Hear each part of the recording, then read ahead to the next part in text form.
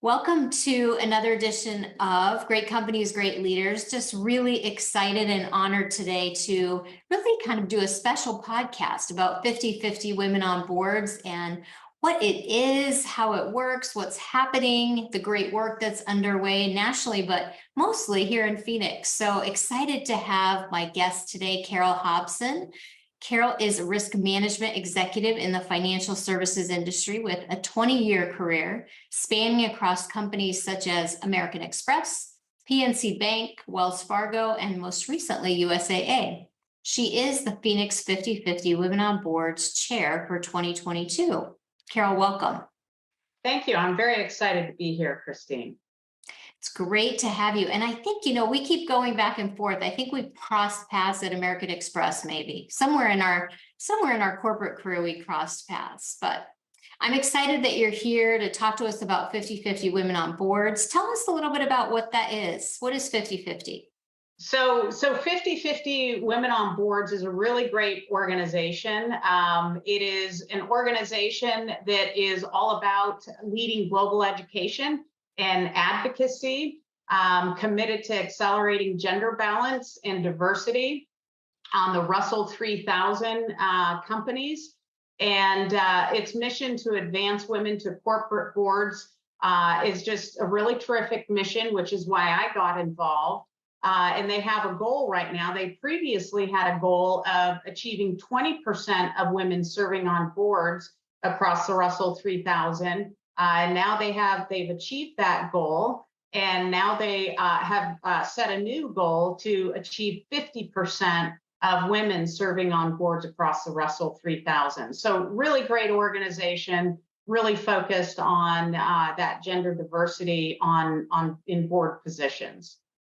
It's amazing when we think about the 2020 Women on Boards and achieving that goal. There was so much work that went into that in terms of raising awareness and advocacy and giving women tools. So it's just an exciting model that we know works, and just accelerating this up to 50% is awesome. So what's the current status with achieving that 50%?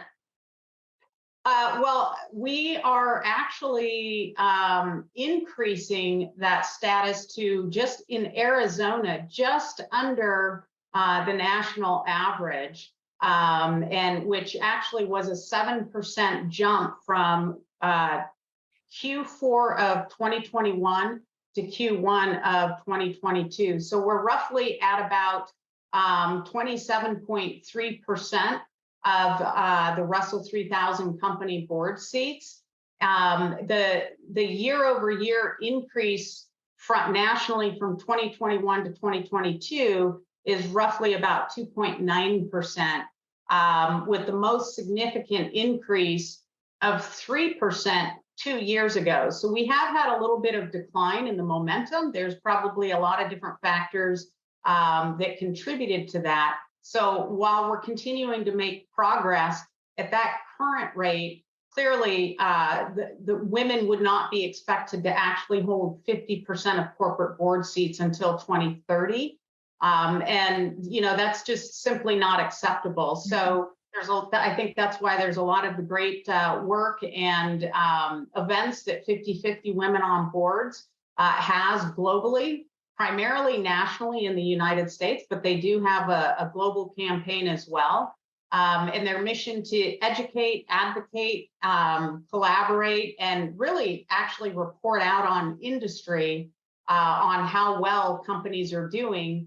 And I think when you start looking at some of those statistics for companies that actually have worked with the McKinseys and others, they've actually found when boards are diverse, companies end up being more profitable and productive. And frankly, the data shows that the workforce is much better engaged when they have a more diverse board. Absolutely. We're going to talk more about that in a minute, but I want to go back to something that you said in terms of 50% of women, the goal, they're not expected to hold 50% of corporate board seats until 2030. And when I think about that, I think about my nieces. And I think maybe in their lifetime, they won't be having this discussion. They won't be doing a podcast hoping that women will be 50% of the board seats, and in their time. I hope we're not having that discussion, right? That seems crazy. Yeah. Fifty Well, percent isn't that much. no, it really isn't. And that's actually one of the other reasons I got involved, because I'm very passionate about this topic, having spent my entire career in corporate America. I definitely see the difference, as well as the positive influence that having diversity in all aspects of management, from the board to executive leadership, all the way down to within the trenches on really the day-to-day operations of a company.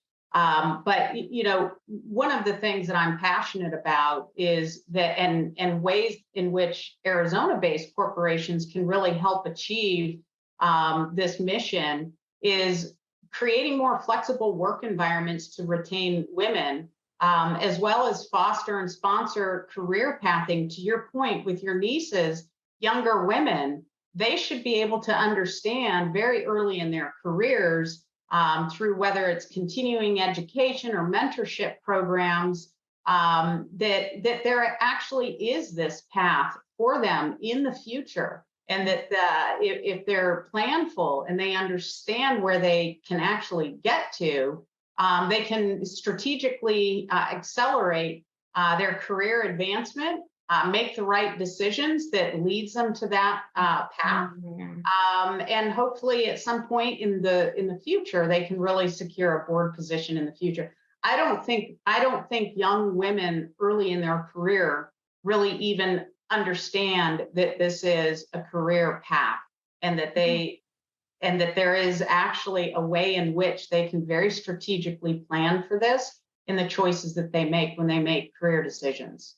And we need to do a better job at helping them with that. You need to do a way better job. I did not understand this when I started my career, that, for the end of my career could literally move into a different chapter of service and contribution, right? Sitting on a board with all these years of experience, that it could move into a different chapter. And I do think, to your point, we really need to do a better job, and it's up to us. It really is. It's up to us to reach back and to help. So I want to stay on the topic of women, when women are engaged, when women have a seat at the table. So during the pandemic, I co-authored some research that really spotlight when women are engaged and have a seat, companies outperform, like you said, and companies with women directors on their board perform better than those without women by specific metrics. So Harvard actually reported recently that when Fortune 500 companies were ranked by the number of women directors on those boards, those in the highest quartile reported a 42% greater return on sales and a 53% higher return on equity from the rest. And while it's not all about money, it is about the success of the company. And I think those numbers speak to women's contributions and their ability to serve on a board and contribute when they are there. So from your perspective, what does industry research show to support that the workforce is better engaged? Well, there is quite a bit of research out there, independent research, and from Credit Suisse, which is a large financial institution. I mentioned earlier, McKinsey & Company, Goldman Sachs. That research definitely shows that there is, when there is greater diversity and the inclusion of women on boards, to your point, it leads to better decision making and risk management, which happens to be the area that my career path has gone. And it also improves the organizational and financial performance. And I think some of the numbers that you just spoke to absolutely tie into that. And it accelerates innovation and transformation. Just that different diversity of thought, the different life perspectives that we can all bring to the table, is really important. And I think boards are really starting to understand that. And the nominating committees of boards are really beginning to embrace it. And I think we're seeing that in the numbers that I said earlier, that while we're increasing from the 20% to roughly 27%, that's still not the growth that we would like to see towards achieving the 50%. Absolutely. Absolutely. So when you think about Arizona, if we bring it back home and we think about Arizona and Arizona-based companies that might want to support this mission, you talked about it when we began this podcast in terms of some of the things companies could do in terms of creating some benefits and some pathways, basically. Can you talk a little bit about that? Yeah, absolutely. So one of the things that I think the national organization does really well is they actually partner with corporations to hold workshops, on-site workshops there at the corporation. So when you think about a corporation or a company wanting to build out some type of career pathing, there's actually a workshop very specific for women, kind of mid-career, early to mid-career, that I think would be a really terrific workshop for companies in the Valley to be able to partner with 50-50 women on boards and hold something. And there's also workshops that individuals can just go and take. They don't necessarily have to be sponsored by their company or a corporation. They have board ready workshops and other workshops that are really based on where you're at in your board journey and in your career trajectory. And these workshops basically range from learning board fundamentals, like what does a board do if you've not had that exposure before, to even just the personal branding and your digital presence for getting yourself ready and getting the attention of those that are recruiting for board positions. So really great workshops. And there's a lot of networking conversations. As a matter of fact, National has just announced in the fall 4 virtual industry conversations, so across 4 different industry sectors, including financial and technology. And those conversations, again, are on board diversity. And then, of course, folks can absolutely participate in the local city board leadership and coaching events that are being held for the first time this year in person. The last couple of years, because of the pandemic, we've had to do them virtually, but they're actually being held in person this year, including here in Phoenix. So really terrific workshops, networking, whether you are interested in doing that as a corporation and having a workshop on site, or whether as an individual you would like to get involved. There's definitely some great ways to do so.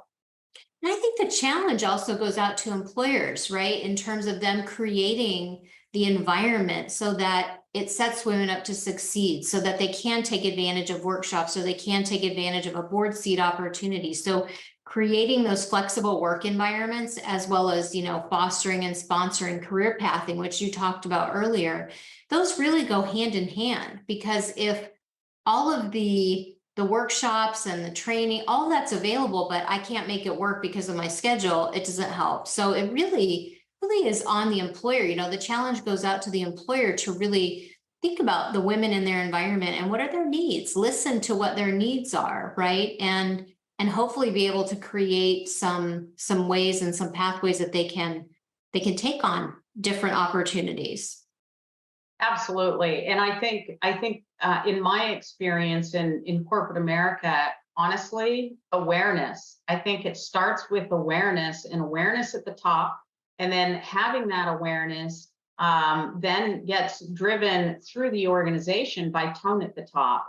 So really making sure that there are campaigns out there that are engaging and helping to educate the senior leaders in these corporations, because I don't know of too many companies now, at least in my line of work, that aren't embracing diversity and inclusion and that don't have diversity and inclusion goals. Many, if not most or all of them, do to some degree, and this plugs directly into that and helps them achieve those goals whatever those goals might be around diversity and inclusion, and creating these types of career paths and education for women. So true. So true. So what is the Phoenix chapter doing to gain outreach locally? Yeah, well, one of the big events that we're doing is we're actually hosting an in-person event this year, as I mentioned, and that's scheduled for October 5th, and it'll be in Tempe, Arizona, and it's in partnership with our event sponsor, Benchmark. And I think it's going to be a really great event. It'll be held from 2 p.m. to 4 p.m., where participants will have hands-on direct experience learning from what we call director coaches. So those are coaches that already are serving as a director on boards, and they take that experience and they're going to be able to share that and have that conversation and help people understand what it took for them to obtain their board positions. So it's going to be very interactive, very dynamic, and we've already got a terrific list of director coaches lined up to work with us on October 5th. And then we're going to follow that up with a really great happy hour. So from 4 onward, I could say 4 to 5, but 4 till whenever, right there at that event, at that venue, participants will have an opportunity to mingle, get to meet each other, and further build out their networking. Because you said something earlier about making time and prioritizing time to do this. And I think oftentimes women in particular are very busy with their work life, and then they have a personal life. And it's sometimes very difficult to balance that out and carve out that time to build your networking. Because one of the ways in which you get into a board position really fundamentally is networking. And if you're not working on building that network and prioritizing that and taking the time, you're not going to have the leg up that others would. So, spending that extra hour or so just mingling and really getting to know some other folks and building out your network. So that's our event. It's again October 5th, 2 to 4, and then from 4 to 5 or 4 onward is going to be that social networking session. Awesome. And so for people to sign up, we're going to put the links to register in the comments under the podcast. We'll put that there so people can do that. But if you're interested, before it gets circulated, 5050womenonboards.com, 5050wob.com. And so, Carol, before we close, how did you get involved with this movement? Well, I actually am at a point in my career where I am aware of the trajectory of being able to serve on a board. In my role, I interface with the board of directors all the time. I have to present to them, and I certainly understand through that perspective, or that lens, the workings of a board. So as I was seeking out, okay, how do I do this? And build this into one of my career goals, that's where I came across 50/50 Women on Boards. And I joined as an individual a workshop, the Board Ready workshop. And I was just so impressed with the instructors that led that workshop. I was very impressed with their professionalism, their transparency and openness. So after the workshop was over, I said, what more can I do? I really want to help in this mission. And that's where I started getting involved as an individual for building out last year's event in Phoenix. And then the timing was amazing because early this year, the team that had really led, the chair that had led the Phoenix City event last year, reached out to me and said, hey, do you want to chair this year's event? And of course, I raised my hand and said, yes, absolutely, count me in. And so here I am, very excited to be part of this great organization and mission. And I'm really excited for our event coming up in October. As well. It's going to be great. I'm so excited we'll be back in person. It's hard to do it Fabulous. I well know. It's so sometimes. great. Makes a difference. It Makes does. In networking, I think it really does too, right? It's Yeah. difficult to network virtually. Not impossible. We figured that out, but It's hard to bump into somebody at the buffet table and start up a conversation through Zoom. So yeah. some things just happen very naturally at those events in person. So yes, I'm very excited as well. Well, Carol, congratulations. Thank you for leading such an amazing event. I know it's going to come together perfectly. Thank you for your leadership and Thank you. appreciate you being with us today. Absolutely. Thank you for taking the time, Christine. Thank you. Brightworks Consulting hosts this podcast and YouTube channel to spotlight the leadership around the world that is changing lives. Brightworks offers a myriad of consulting services in the public and private sector, to include diversity, equity, and inclusion solutions for any size company. You can find us at www.brightworksconsulting.com. We're honored to have Best Companies AZ as a presenting sponsor for this podcast. Best Companies AZ is your #1 source for regional employer branding. You can find them at www.bestcompaniesaz.com.